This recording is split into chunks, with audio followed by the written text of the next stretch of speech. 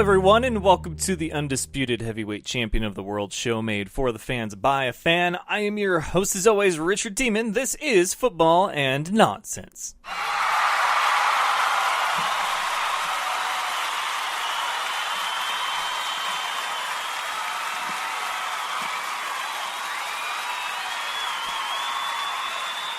Happy Thursday to you all. Thor Ragnarok is out in theaters right now. Haven't seen it yet. Please don't spoil it for me. I wouldn't do that to you. Friends don't do it to friends, folks, okay? Spoilers are bad. Talked about that last night on the show, actually. AJ Styles, your new WWE champion, and is now slated to face Brock Lesnar at Survivor Series, brand versus brand, champion versus champion. And I'm really excited for next week, just for the simple fact that it looks like me and several other wrestling podcasts and wrestling fans are going to get together for probably about an hour to 90-minute roundtable discussion of Survivor Series. I don't know when we will record it. Hopefully not a lot changes between when it's recorded and when it's posted. I'd like to have it up and ready for your listening pleasure Friday, as early as possible next Friday, so that you guys can do that and enjoy and give us feedback. But yeah, so AJ Styles, he won his another championship at a unlikely event, in that the United States title was at a house show at Madison Square Garden. We didn't even get to see that one unless there was like a YouTube video that you managed to see from a fan's perspective up in the the nosebleed seats. But it would have been clips and not the thing in its entirety. And then this last title win for him was pre-recorded in the UK, and we found out hours. Like, we're not talking pre-recorded like an hour before and then it airs. We're talking like hours before it aired.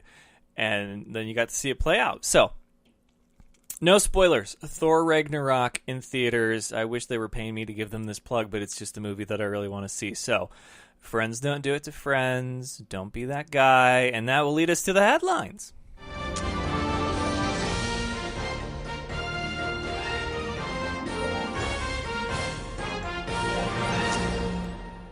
And, of course, headlines are brought to you by the good folks at mybookie.ag. Go and check out mybookie.ag today, and you'll get up to a 50% bonus when you register and sign up using the promo code TheFanShow. Where you bet matters. So take your online betting and gambling, scratch that itch at a place that you trust. I trust them. So should you. That's mybookie.ag. And you don't even have to do the betting on your team or against your team or the spread or for or against or the side or whatever the lingo is for betting on pro games such as NHL, NBA, NFL, which are all going on right now. You can play your hand at blackjack or even shoot some craps if you would like. MyBookie.ag lets you do just that. So they're built on the 3 R's, the reputation. It's there because of their reliability, and that reliability is because of the really fast payouts. MyBookie.ag, go check them out. The Zeke Elliott saga continues. Today it was announced, let me see if I can find one of the tweets, that Zeke's suspension reinstated, but the case will be heard by the appellate, the person appealing, which would be Zeke, court on an expedited basis. He is, however, suspended until there's a decision. Zeke Elliott's suspension is basically the Ross and Rachel of the NFL. That was my favorite tweet from today. My favorite tweet of this whole situation, which just continues to drag on and on and on and on. And if he would have just served his 6-game suspension, like, he not only would he been back, he would have played a few games by now. And now he might miss what could be the rest of the season. But at this point, just the utter mockery that he has made of this system and the NFL and its punishment that it's dished out is really ridiculous. It's why he's on the list of Fan Show, which we've got another name, another item to add to the list of Fan Show tonight. Last week it was NFL referees, for good reason. But everyone that makes the list of Fan Show is there for a good reason. Zeke is there because it's like he's shown no remorse for what he's done, whether he is in fact innocent or not. But the fact is that this was a bad look for the NFL. They have gotten sort of dragged through the mud and the muck and everything when it comes to trying to deal out punishments for players. And they're trying to be stern on this one. But a lot of people are just like, well, if you were innocent, you'd fight tooth and nail to clear your name too. Yeah, but he doesn't act like a guy that's innocent. He just acts like a guy that plays for the freaking Dallas Cowboys that knows that his owner is almost more powerful than the commissioner himself, and they got a crack team of lawyers, man. I tell you what, Dallas knows how to legal, and that's what he's doing. So I guess props to him for knowing how to work the system, but this is ridiculous. It really is. So at this rate, Chris Biederman tweeted, at this rate, NFL will define what a catch is before Zeke Elliott's suspension is figured out. That is a bold prediction. Holy crap. Is it ever? That gets a retweet right there. But it just, oh, man. I don't get it. I really don't understand why this is so hard. Why is this so complicated, Fan Nation? Tell me. Join in on the chat on Spreaker.com. And then, of course, you can tweet me at FanShowOfficial. You can message me on Facebook, Facebook.com/FanShowOfficial. And if you got my number, you can text me. But I am so baffled by what is happening. So, as of right now, the suspension is back on because the Court of Appeals denied his appeal, but they will have to hear his appeal. You know, so, however that works. But, oh boy, I hope that this is the end of it. I really do. This is like the third year in a row that there has been more going on in the NFL off the field than on the field. That's the sad thing. But there was a question of the day that I posed out there to all of you. I tweeted it a little bit ago, and it is up ready for your vote if you have not voted yet. And that is quarterback most likely to play for another team next season. If you heard last night's episode, Daryl Lee Owens of Legacy Maker Sports Network and I discussed this in great detail about what our thoughts were for what 2018 could have in store at that position. Your options are Andrew Luck, Aaron Rodgers, Kirk Cousins, and Teddy Bridgewater, and it's been up for 2 hours now. Or no, not even that. It's only been up for an hour, but right now we have 61% of the vote. People believe Kirk Cousins is going to play for another squad next year. Second place, Teddy Bridgewater with 20%. Third place, Andrew Luck with 11%, and then fourth, rounding out the rest with 8%, is Aaron. Now, him and I talked about, you know, which would happen when it comes to the unstoppable force and the immovable object. The unstoppable force in this story, this scenario being Aaron Rodgers. The immovable object, I believe, is Mike McCarthy, because the man's resume is one that I guarantee out of 32 teams, probably 25 of them would want. I'm just going to throw it out there. The man's only had like one losing season. He's only missed the playoffs like once or twice since he's been in Green Bay.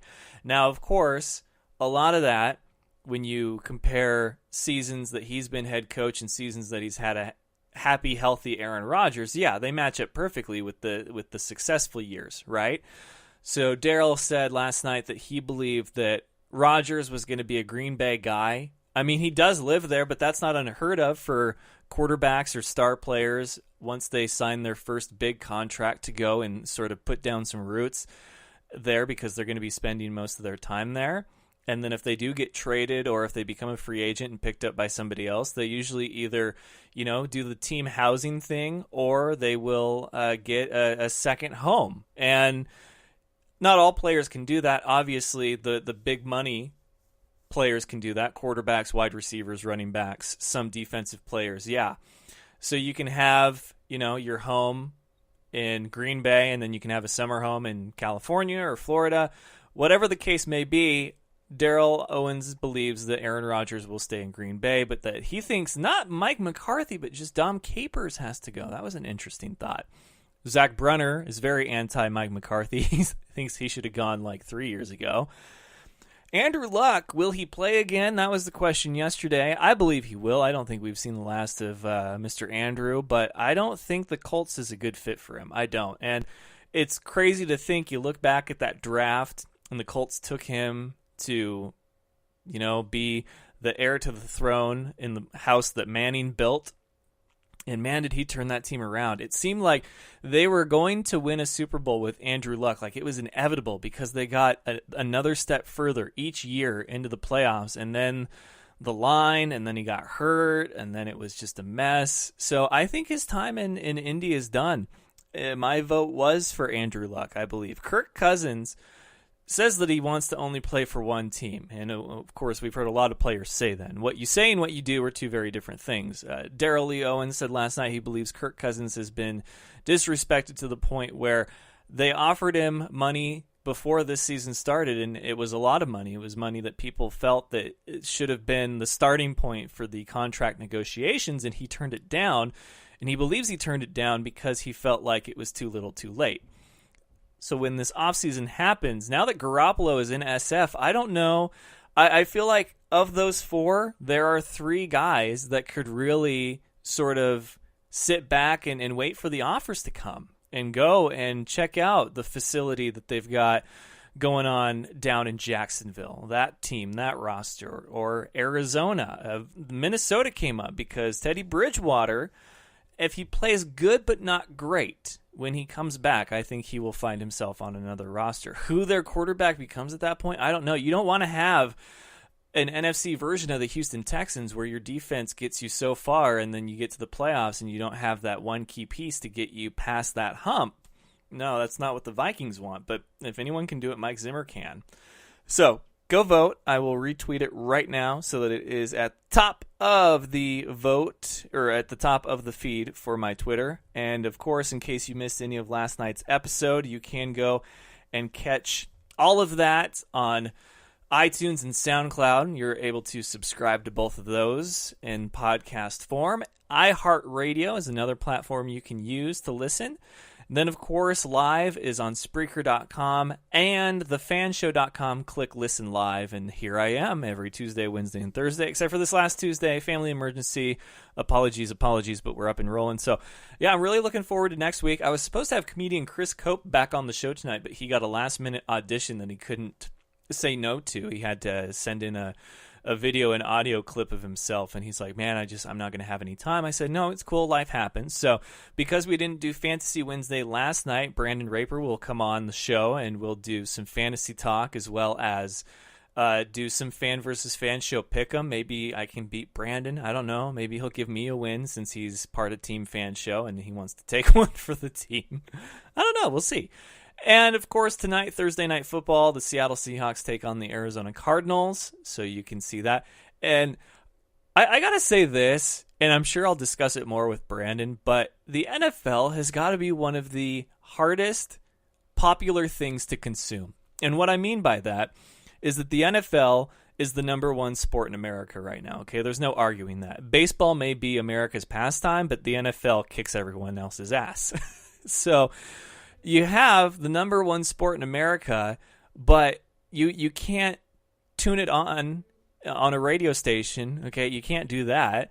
And to try to run it down on a Thursday night is next to impossible because there's the agreements that they have with Amazon, there's the deals that they have with CBS, the NFL Network, and now it moves to NBC. Great, we get more Chris Collinsworth. Fan-frickin-tastic. That's heavy sarcasm in my voice if you couldn't tell.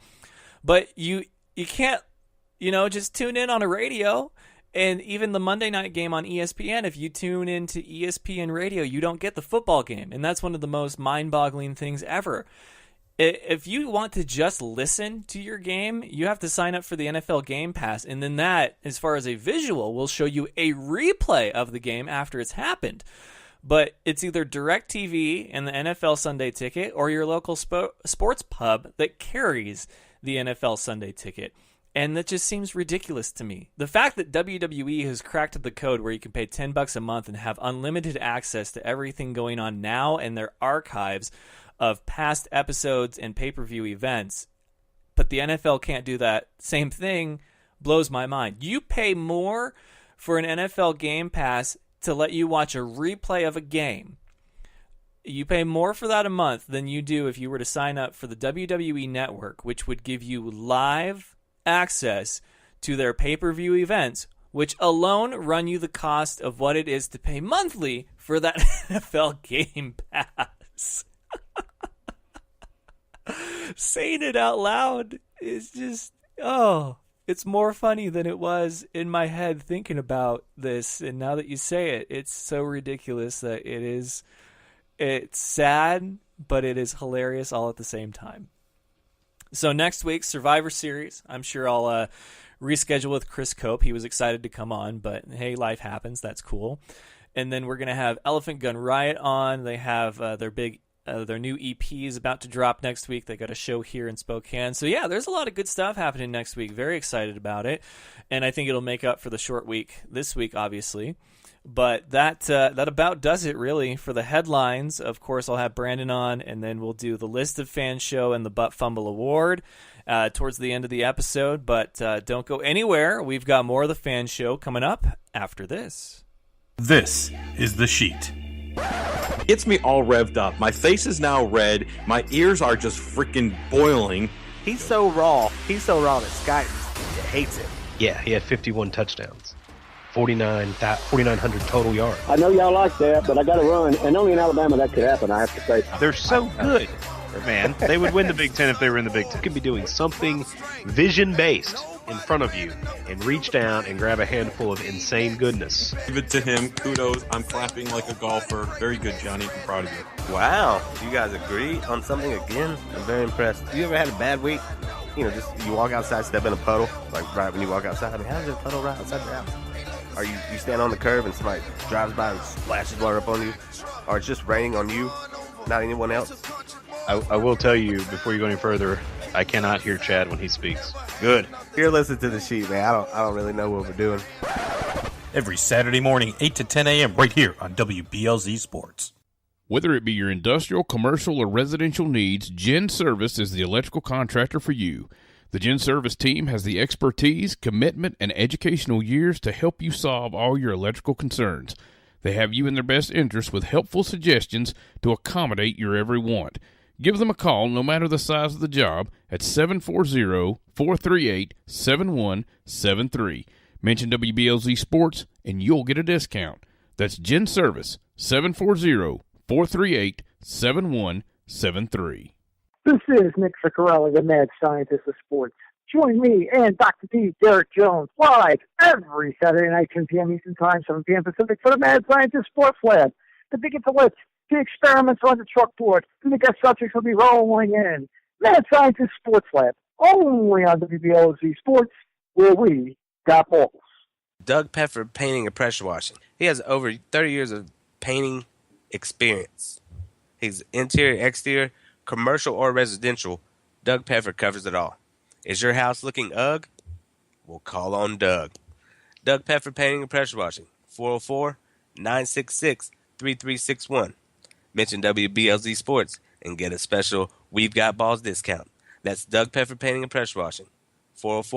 404-966-3361. Check out Thursday Night Tailgate, where NFL legends live on.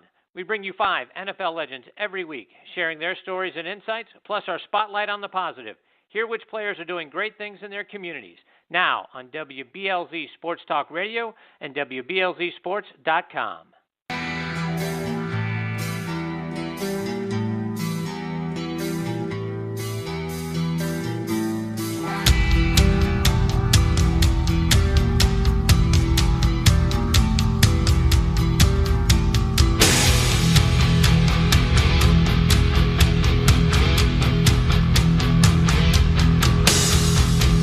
All right, Fan Nation, we are back, and he is the tight end whisperer. Brandon Raper's back. Welcome, Brandon. How you doing? Good. How's it going? Going pretty well.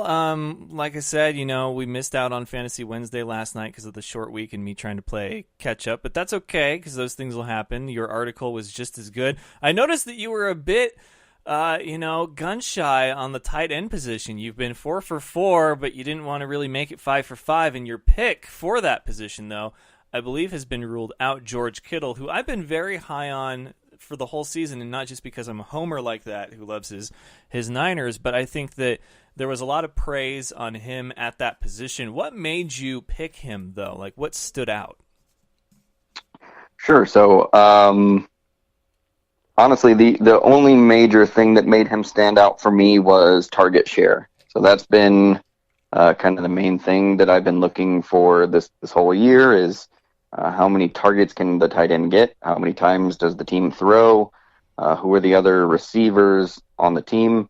And really the only two people on the Niners that are catching the ball at all are Goodwin and let me say, catching the ball at all was 2 catches last week, but he saw 8 targets and Hyde. So those are the only 2 major people, and everyone else is literally injured on that team, including Kittle now. So I guess that choice didn't work out as well. But his backup, I feel, would be just as serviceable because he's going to get his fair share of the targets, and that's all that you can ask for from a tight end point of view. Yeah, and it was funny because Martellus Bennett was one guy that was high up on your praises list as far as any kind of consistency out of that position, and he got released by the Packers. I thought for sure the 49ers would scoop him up just because of their lack of any sort of hands on that team. He has played with Garoppolo before. It seemed like a good fit, but hey, wouldn't you know it, the Patriots went and scooped him back up. So he is back in New England. What does that do for his value, if anything, to be reunited with the Patriots again? I don't think that actually adds any value. I think that is exactly what they planned for him last year. He is the backup and injury second string, right? So if Gronkowski goes down, you have Bennett to back him up, and he is definitely going to be serviceable if Gronk goes down. But to have him behind people like James White, Amendola, there's no way that he has any value whatsoever currently. And there's so many other people that I would start over him being a Patriot. But I thought they did a lot of 2 tight end sets last year, though, with him, and that was part of why their offense was so potent out there with the short passing game. You had Edelman. Gronk, of course, got injured towards the end of the season, and so, yeah, Bennett's target total went up from there. But even beforehand, he saw his fair share because of the sets that he was seeing. Are they not going to go with that again now that they have him back? I think if they do, this will be the only week that they do it because they've got quite a few injuries going into this week, and most likely it's going to be some amount of a shootout this week. But even then, he's going to have. I hope he remembers that playbook because that's a quick turnaround going from Green Bay to New England. But I think Bennett plays better with Brady because Brady's kind of that leader mentorship that type of personality needs. And I think Bennett was fine with Rodgers, but as soon as Rodgers left, I think that all went downhill with him and why he was cut. But that being said, I don't think he's fantasy relevant at all. He may end up, getting a touchdown randomly, but he's so touchdown dependent that, waiting for those 3 targets, I wouldn't feel good about putting my season on the line on him.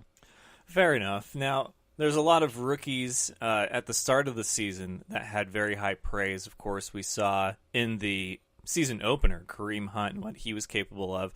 And then he continued that trend. He hasn't found the end zone lately, which is concerning for a lot of people, but he does still lead the league in rushing yards right now, which is good. Dalvin Cook, of course, started off great, went down with injury. Same thing happened to Deshaun Watson. Leonard Fournette, another great running back, but had his own share of injury issues. And then you have a guy like Cooper Kupp, who is very valued in the red zone. In fact, just a couple of grabs away from possibly having high fantasy value or even different outcomes in those matchups. So looking at what we have left for rookies, who would you say is your rookie of the year pick?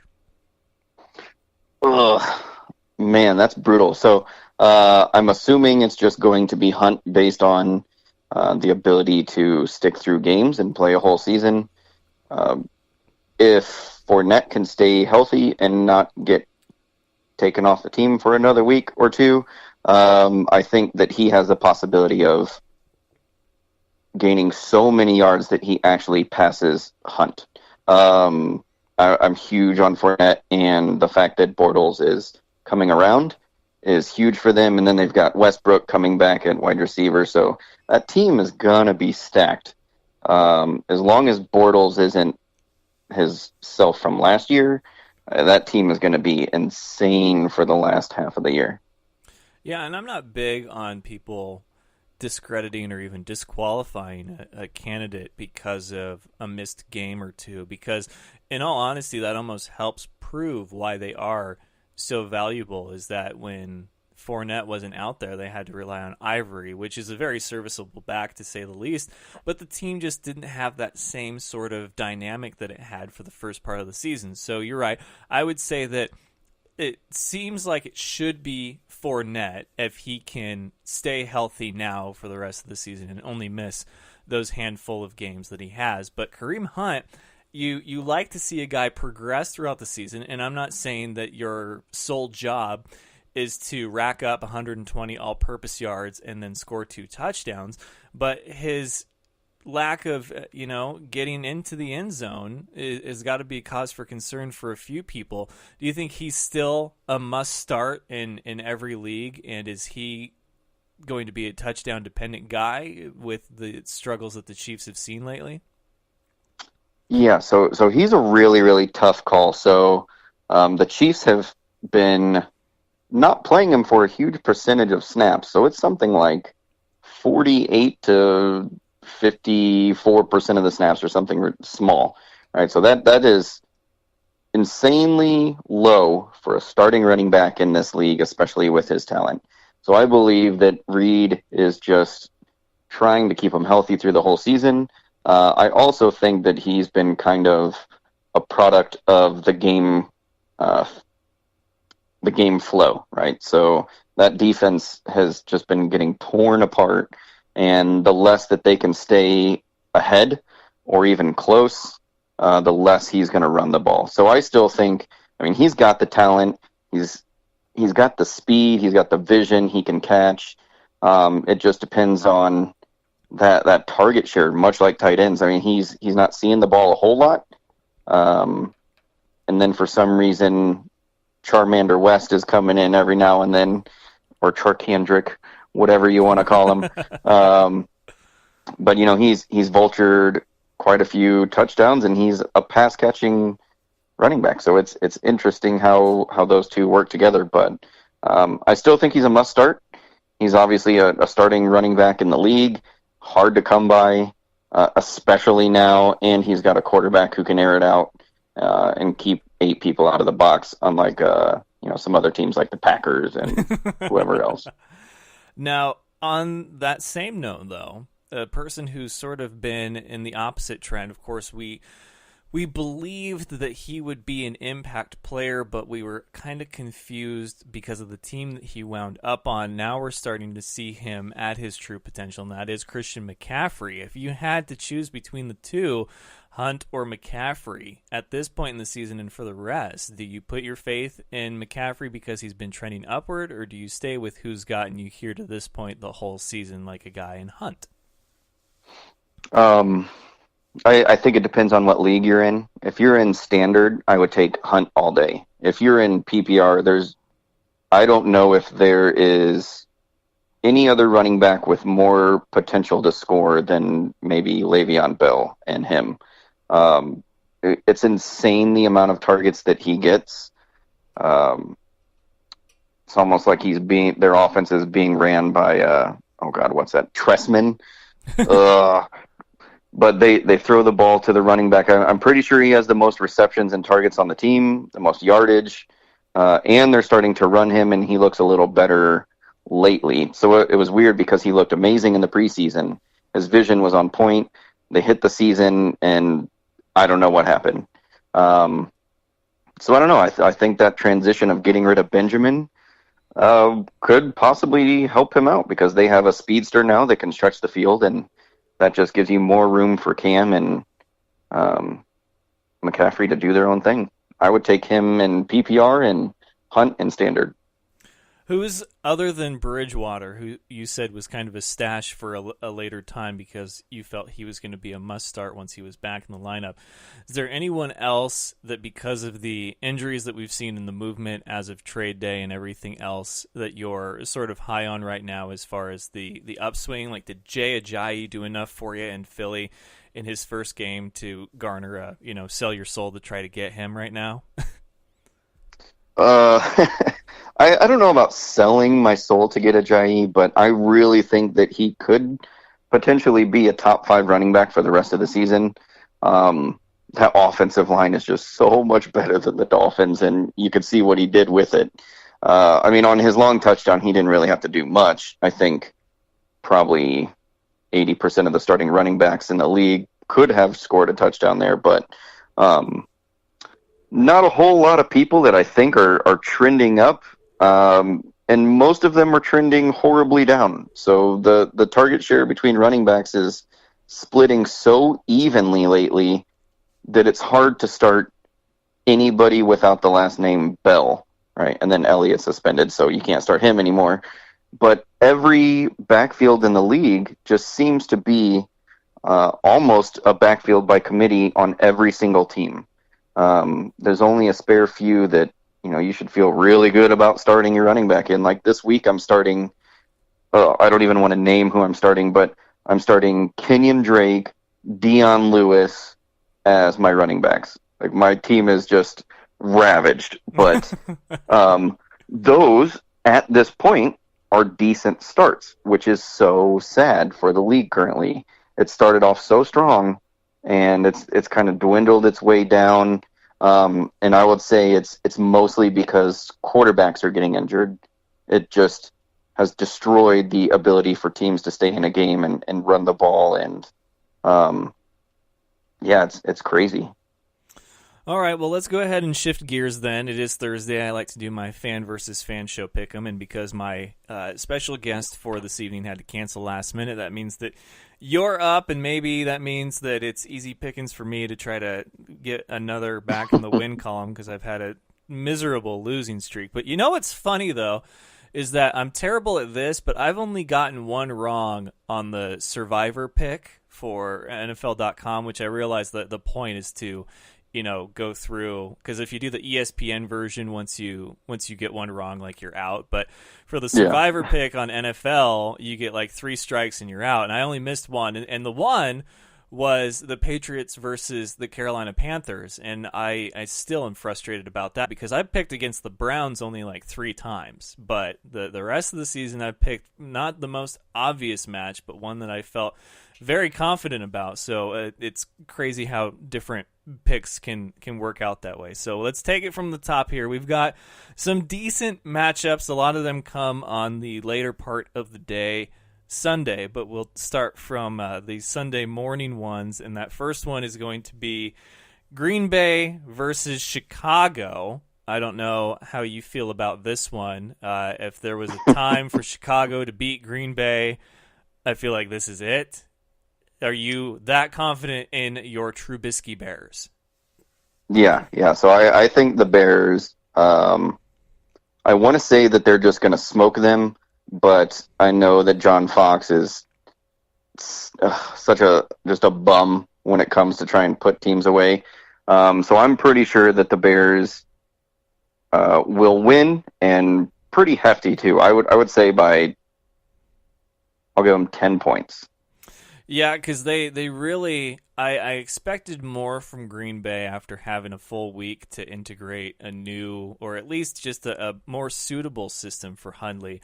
And the fact that they made that late push was great, but man, was that too little too late. So I like the Bears defense a lot. I really do. And that's been what Green Bay does not need right now, which is a really good defense. So I will go with Chicago as well. Brings us to another game, which is an NFC matchup, but it does include the top of the heap for one, and another kind of looking from towards the bottom up. That is the Minnesota Vikings and the Washington Redskins. Minnesota fresh off a bye. Washington fresh off of doing what very few ever have, and that is beating Seattle in Seattle. What do you think about this matchup? Yeah, so we may differ here. I don't know. So I don't trust the Redskins' offensive line. That team can't run the ball. Their best running back is basically a wide receiver. I do not trust that team at all, and the fact that they beat Seattle doesn't surprise me all that much because 4 games this year they've scored less than 16 points. That defense is stout as always, but you can only put them on the field so much before they allow something. Minnesota, on the other hand, coming off a bye, getting some more rest, I think does wonders for Diggs, and also gives Kyle Rudolph and Thielen and all those other players some more opportunity to rest, even if they're small injuries, even if they're bruises, that kind of thing. Keenum, I think, has the arm to be a serviceable quarterback, and I think we've seen that over this year. And that defense is nasty. So I will take the Vikings this week over the Redskins. See, and part of me wants to take the Vikings. I do agree that Case Keenum has been a very serviceable quarterback and that this is a team with a lot of talent, but man, have they ever lucked out when it came to the schedule. So they're fresh off of a bye. Before that, they played the Browns. And before that, it was a game where basically they took out Rodgers in that first quarter, and then he was nowhere to be seen. So you had a Rodgers-less Packers team. Now, they're good, no doubt, but this is one of those moments where me personally, I kind of want to go with the hot hand, and I believe that that's Washington. Now, it's easy to say that Seattle only lost that game because their kicker went 0 for 3, and it would have been just 1 needed to tie, 2 to win, if you want to think just about it Blair that Walsh way. things. Those Blair Walsh things, that pesky sole job you have out on that field. So I'm going to go with the Redskins on this one just because I think that this is a team that knows where it's at right now, and it doesn't like it. It's 3rd place in the NFC, even though they're 500, and the Cowboys, if they win this weekend with or without Zeke, I don't even know, but they have won 3 straight, and of course it's going to be hard to catch up with a team like Philly if they just keep on winning. So I'm going to go with Washington just because of the importance of this game where it's complete opposite for Minnesota. They're at the top looking down, and although there's the Lions, put them against the winning team, I don't know what they do. So we'll differ on that one. The next one, this one is a very intriguing matchup, not one that you would have circled on your calendar at the beginning of the season or maybe even like 3 weeks ago. But here they are. The winners of 6 in a row will go on the road to snowy, cold, weird Buffalo to take on the wounded Bison that got embarrassed by the Jets. And your thoughts on this? Yeah, God, this is one of those situations this year that's so hard to predict because the NFL has been so all over the place, right? That who would have thought the Jets would stroll in and beat the Bills last week? I don't understand, but it blew me away. Yeah, but Tyrod Taylor still continues to do Taylor things. I'm starting to wonder how much that trade of their defensive tackle really did to their team. What is it, Marseilles? I think they traded him to the Jaguars. But I think them being home and it being a little colder, maybe even Benjamin starts this week, even if he's just a distraction on the field for the other receivers. I've got the Bills for this one. All right, and I think for me, I really 7 in a row, that's tough to do, especially on the road in Buffalo. And garbage time Tyrod is a great thing. But I like what the Saints have going on right now. I really do. This is a team that hasn't won 6 in a row because of their offense. It's been because of their defense. Now, you have Breeze as your quarterback, and that is a great thing to have. But they also have a great tandem of running backs since they got rid of Adrian Peterson, and that's been Mark Ingram and now Kamara, who you've been very high on lately.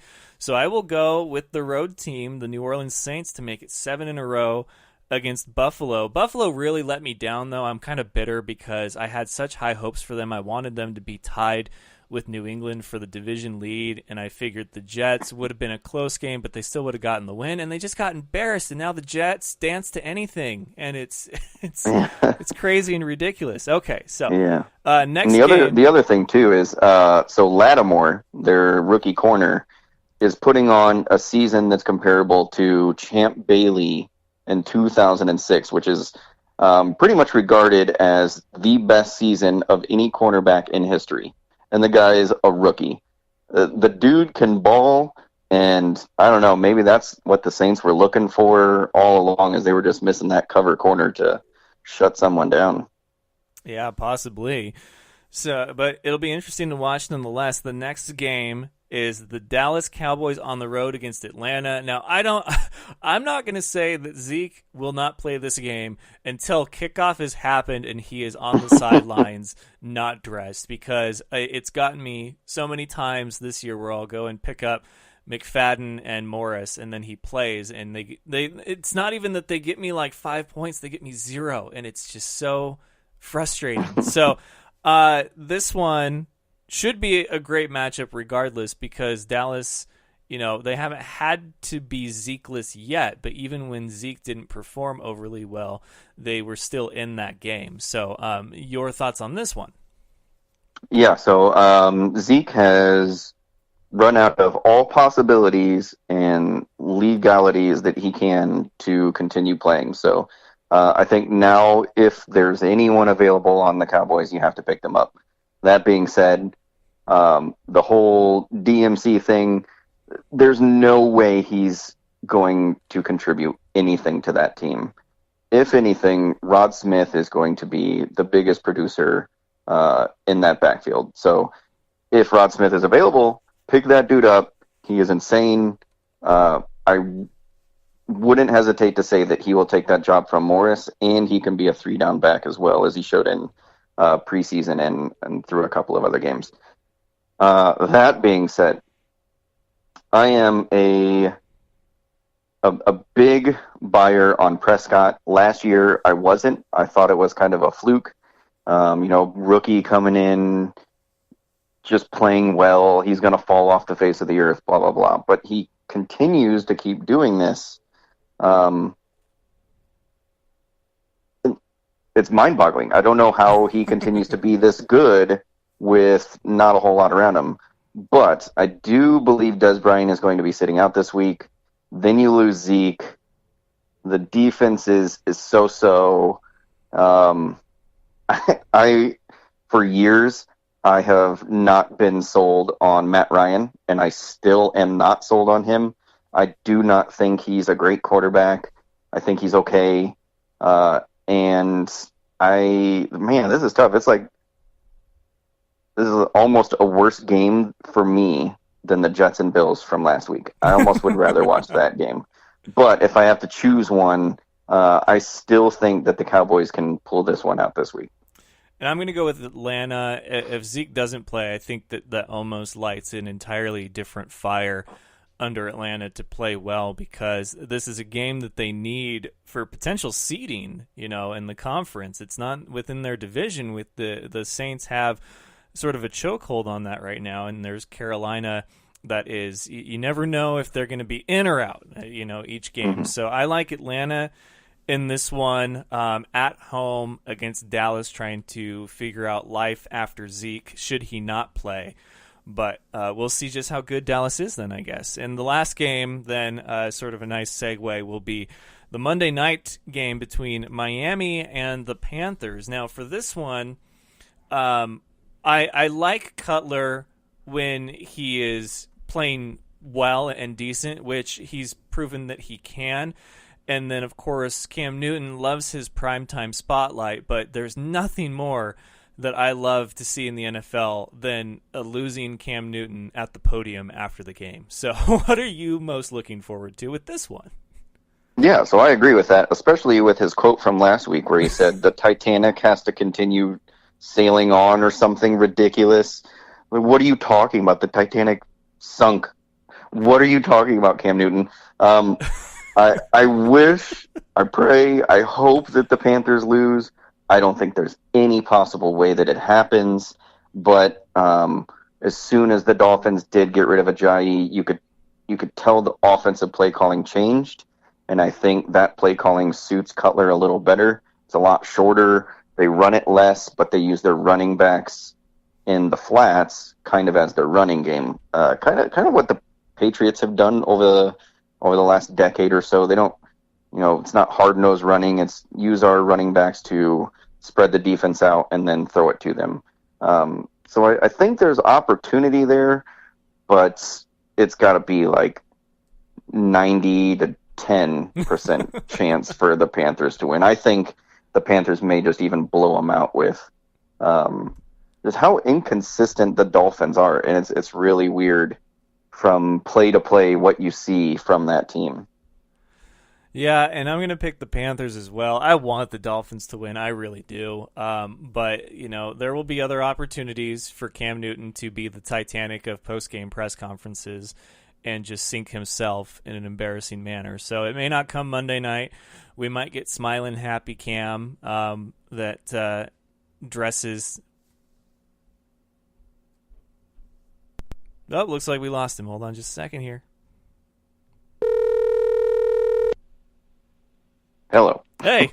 All okay. Right. We got you right back. So anyway, I was saying Cam Newton is the Titanic of press conferences, and he sinks himself every chance he gets after a loss. So we might probably see happy, smiling Cam. But am I the only one that thinks that when it comes to your attire for a post-game press conference, that if you lose, you can't dress ridiculous? I just feel like there should be some sort of dress code for that. So we both like the Panthers, unfortunately, but we will both be more than happy if we are wrong on that one. So Brandon, thank you so much for joining me on a not Wednesday this week and talking about a bit more than fantasy. Your articles, of course, always helpful and insightful, and you've been nailing it every week. So go and check him out under his own tab, the fantasy tab of thefanshow.com if you're having any fantasy trouble. And, of course, you can tweet at him if you would like, which a lot of you guys have done once his articles go up. If you guys have a stardom sit-em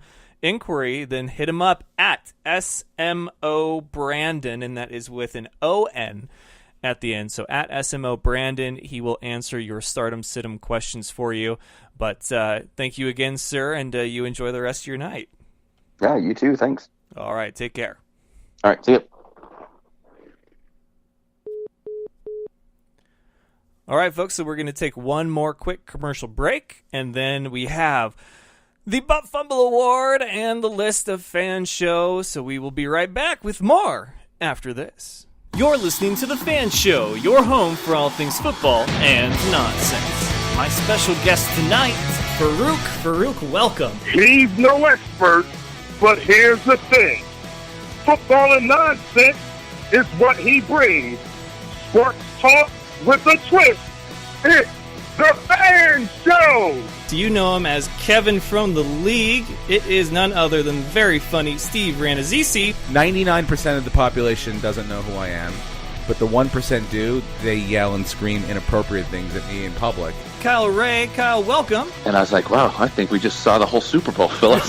It's like that scene in The Simpsons, like, why rent the movie? I just saw the best part. Funny man Brad Williams. Yeah, I'm here. No, I flew in just for your podcast. I've heard about this podcast. I've heard it's fantastic. It's Mac and Farva, but they are my special guests tonight. Steve Lemmy, Kevin Heffernan. I was in Mexico for 10 weeks in a Speedo. Like that was me going to work. I was putting on a Speedo. Like Farva is the most fun to play, and it was a blast to do that again, to do Farva again. So then the makeup artist had to put Vaseline on your body, right? Yeah. And then put the powdered sugar on top of that. Is your name really Richard Siemens? Listen live every Tuesday, Wednesday, and Thursday night on Spreaker.com or subscribe to the podcast on iTunes and SoundCloud. All right, ladies and gentlemen, before we close up shop, don't forget to check out mybookie.ag. They are the most trusted source for your online betting and gambling needs.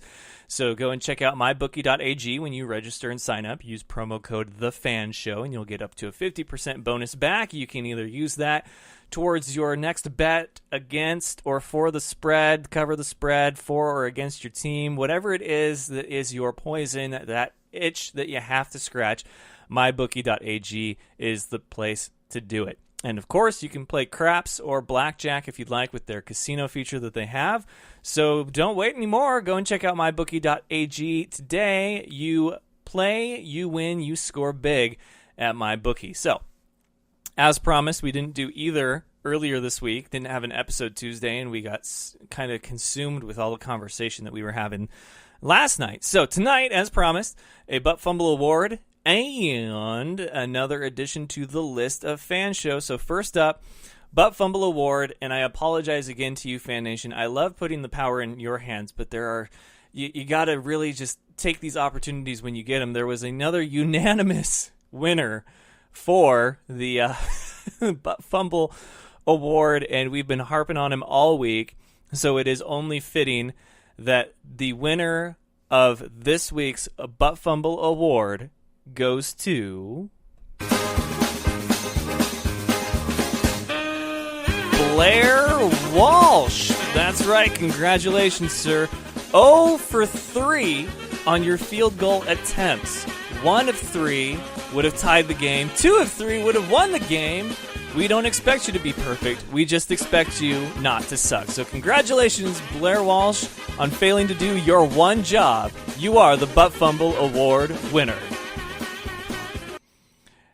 And what's even better about that is, for the first time in fan show history, the winner of the Butt Fumble Award is also the latest addition to the list of fan show. Because, Blair Walsh, do you know what happens when your only job is to kick field goals?